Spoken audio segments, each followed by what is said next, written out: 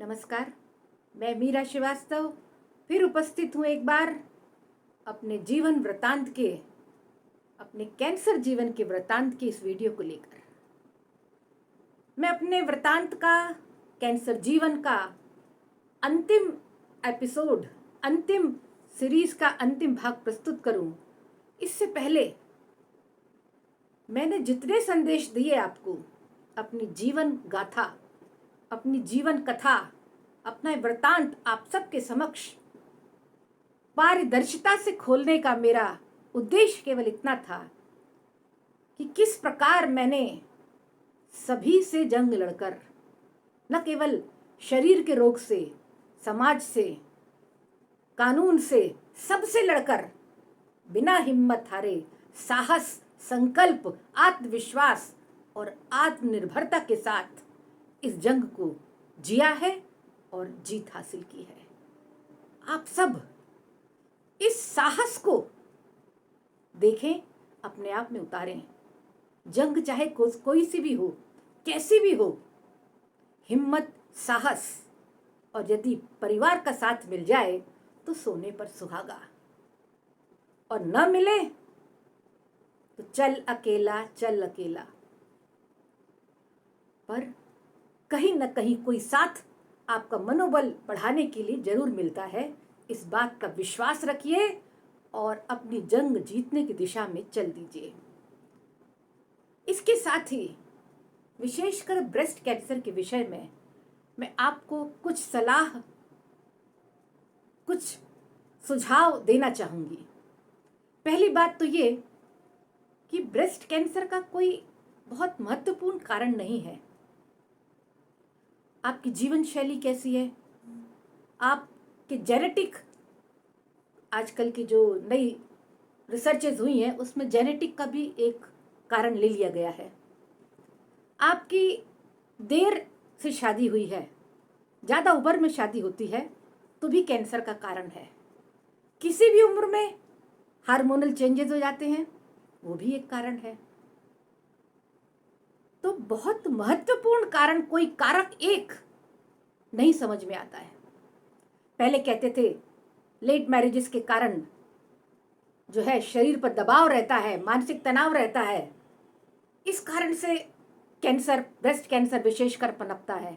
कई रिसर्चेस बताई जाती थी कि यूट्रस कैंसर निम्न जो वर्ग के लोग हैं, कम पढ़े लिखे महिलाएं हैं, उनमें होता है, और ब्रेस्ट कैंसर ज़्यादा पढ़े लिखे लोगों में होता है। तो पढ़ने से भी डर। परंतु अब हम देखते हैं कि 16-17 साल की लड़कियों को भी ब्रेस्ट कैंसर हो रहा है। ऐसे में क्या किया जाए? जितने ही तेजी से मेडिकल साइंस आगे बढ़ी है, नित्य नए रिसर्च हो रही हैं, दवाइयाँ आ रही हैं, इलाज के नए नए तरीके आ रहे हैं, उतनी ही तेजी से कैंसर ही नहीं, ब्रेस्ट कैंसर भी बहुत तेजी से बढ़ रहा है। कोई उम्र नहीं है, छोटी उम्र, बड़ी उम्र, किसी भी उम्र की महिलाओं को ये हो रहा है। इस संदर्भ में मैं सबसे पहले आप सबको ये सुझाव देना चाहूंगी कि एक हेल्दी लाइफस्टाइल चुनें, स्वस्थ जीवन शैली, समय पर खाएं, समय पर सोएं। यानी यदि आप रोज 11 बजे सोते हैं तो 11 बजे ही सोने का नियम डालें। ऐसा नहीं कि कभी 9 बजे सो गए, कभी 10 बजे सो गए, कभी रात भर जगे हैं। कभी कभार ऐसा हो जाए वो अलग बात है, पर आपकी दिनचर्या ऐसी है कि कभी आप सुबह 6 बजे उठ जाते हैं, कभी 11 बजे तक सोते हैं, कभी खाना शाम को 8 बजे खा लेते हैं, कभी 11 बजे तक आप भूखे रहते हैं। ये स्वस्थ जीवन शैली नहीं है। अपने खाने पीने और सोने का जो तय सीमा है उसमें करें। एक निश्चित समय में आप खाएं पिएं और निश्चित समय पर सोएं। सोना, सही समय पर सोना, निश्चित समय 6 से 8 घंटे मिनिमम सोना बहुत ही आवश्यक है आपकी हेल्दी लाइफस्टाइल के लिए, एक स्वस्थ जीवन शैली के लिए। उसके बाद दूसरा महत्वपूर्ण कारक आता है, क्या आप खाते हैं। हमारी भारतीय जो खाने की शैली है वो सबसे अच्छी है। चाहे मसाले हों, पर्याप्त मात्रा में मसालों की भी आवश्यकता है, घी तेल की भी आवश्यकता है, सब चीज़ों की आवश्यकता है। आप दुनिया के सभी तरह के खान पान पर नज़र डालें तो सबसे स्वस्थ खाना भारतीय खाना है। हाँ, स्वाद बदलने को आप चाइनीज़ भी खा सकते हैं, इटालियन भी खा सकते हैं, अलग अलग प्रकार के भोजन हैं, उनका स्वाद आप ले सकते हैं, पर अपनी जीवन शैली में, अपने खाने पीने की आदतों में आप भारतीय जीवन शैली को अपनाएं, भारतीय खाने की पद्धति को अपनाएं तो ज़्यादा अच्छा होगा। बाकी स्वाद आपका, जीभ आपकी, जीवन आपका, हम सभी का यही करना है। तीसरी, इस बारे में लोग अवेयर हो रहे हैं, जागरूक हो रहे हैं, लेकिन समय पर जागरूक नहीं हो पाते। वो है व्यायाम। जिम भी जा सकते हैं, घर में भी व्यायाम कर सकते हैं, योग प्राणायाम ये बहुत कम कर पाते हैं। क्यों? क्योंकि इसके लिए बहुत निश्चिंतता चाहिए, विशेषकर महिलाओं को सुबह उठते ही किचन में जाना होता है।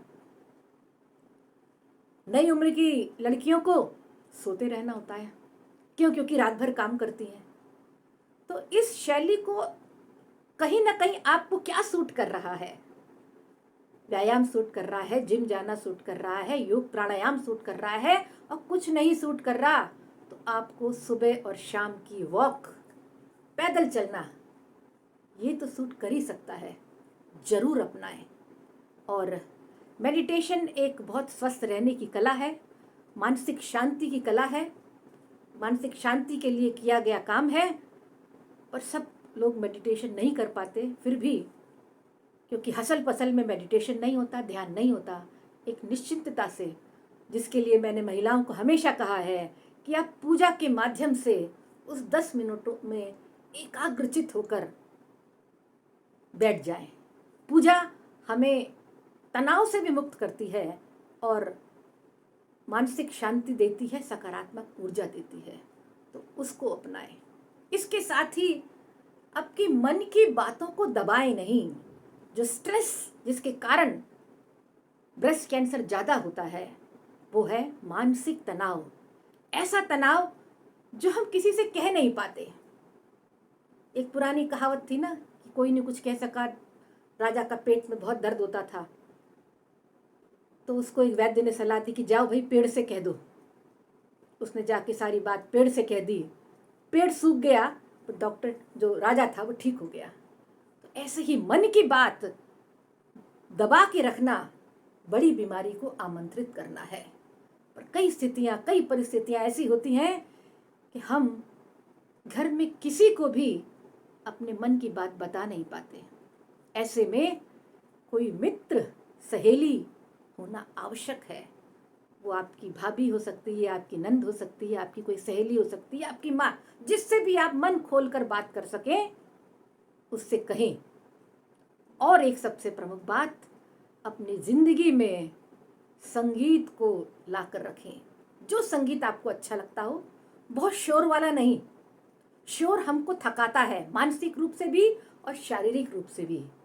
भारतीय संगीत, चाहे वो गजल हो, चाहे वो भजन हो, इंस्ट्रूमेंटल म्यूजिक हो, सितार हो, संतूर हो, जो आपके रगों को धीमा करे, शांत करे, ब्लड प्रेशर को शांत करे, ऐसा संगीत अपने जीवन में लाइए। वैसे अधिकतर कहते हैं सुबह के समय भजन, दोपहर के समय में हल्का फुल्का वो संगीत जो आप पसंद करते हैं, और रात के समय क्लासिकल या गजल जो धीमी हो, फिल्मी म्यूजिक भी ले सकते हैं, जो धीमा हो, जो रगों को शांत करता हो। ऐसी जीवन शैली यदि हम अपनाएंगे तो अपेक्षाकृत अधिक स्वस्थ रहेंगे, क्योंकि कब किसको ब्रेस्ट कैंसर पकड़ ले ये कहा नहीं जा सकता। इसके अलावा कुछ महत्वपूर्ण बातें और, जैसे 16-17 साल की उम्र से लेकर हर उम्र की महिलाएं अपना चेकअप अपने आप करें।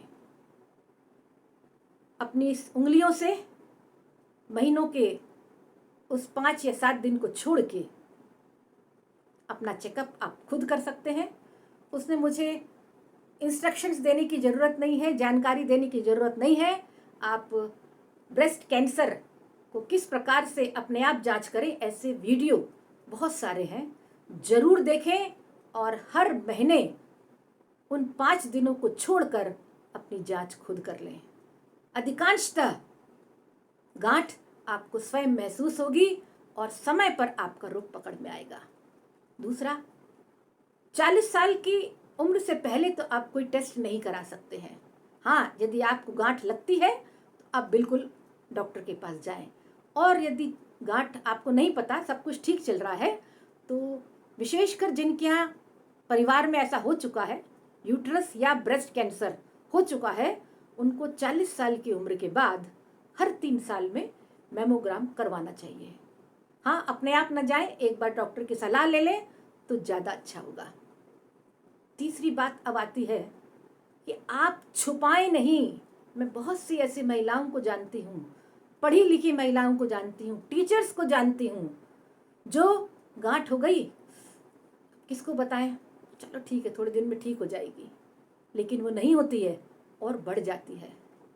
कई बार होता है, अभी बच्चे के एग्ज़ाम चल रहे हैं, अभी परेशान हो जाएगा बेचारा, अभी लड़की के मेडिकल के एग्ज़ाम में वो परेशान हो जाएगी। अरे आप नहीं रहेंगी तो कितना परेशान होंगी वो, ये कभी सोचा है? आपको अपने लिए न सही, अपने परिवार के लिए, अपने बच्चों के लिए जीवित रहना है। इसलिए अपना समय पर इलाज कराएं, छुपाएं नहीं। और अब खुदा न खास्ता कैंसर हो ही गया, ब्रेस्ट कैंसर पकड़ में आ ही गया, तो डरे बिल्कुल नहीं।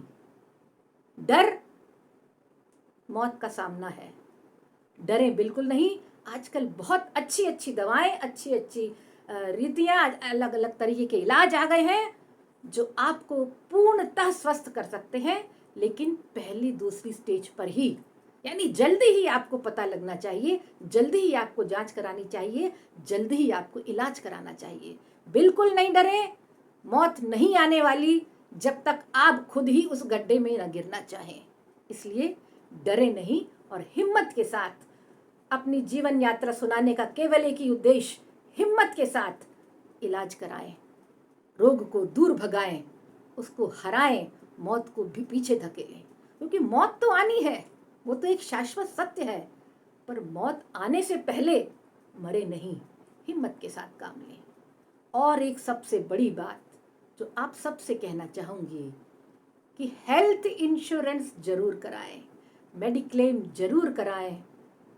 खूब इलाज आ गया है, बढ़िया इलाज आ गया है, सैकड़ों अस्पताल खुल गए हैं, ग्वालियर में भी हैं, दिल्ली में भी हैं, हर बड़े शहर में आपको हॉस्पिटल्स मिलेंगे जो कैंसर का इलाज करते हैं। पर सब जगह इलाज बहुत महंगा है। आपका जीवन बचाने के लिए पूरा घर खाली हो जाता है। ऐसे में मेडिक्लेम कराना, हेल्थ इंश्योरेंस कराना बहुत ज़रूरी है। मेरी हाथ जोड़ के सभी से विनती है, जिनको सरकारी विभागों से आपको हेल्थ इंश्योरेंस मिला हुआ हो तो ठीक है, अन्यथा मेडिक्लेम अवश्य कराएं। और इसके साथ ही अपनी गाथा, अपना वृतांत, इतना सब कहने का उद्देश्य आप सबको चेताना है। इसके अलावा यदि फिर भी आपके पास ब्रेस्ट कैंसर की समस्या से संबंधित कोई शक है, कोई जिज्ञासा है, तो आप मुझे फ़ोन कर सकते हैं। मेरा फ़ोन नंबर है 9755552581। डिस्क्रिप्शन बॉक्स में मैं उसको डाल दे रही हूँ। आप सभी के पत्रों का, आप सभी की जिज्ञासाओं का व्हाट्सएप पर मुझे इंतज़ार रहेगा। मैं आप सबको सहयोग कर सकूं, कैंसर से बचा सकूं, यही मेरा उद्देश्य है। फिर मिलती हूँ। नमस्कार।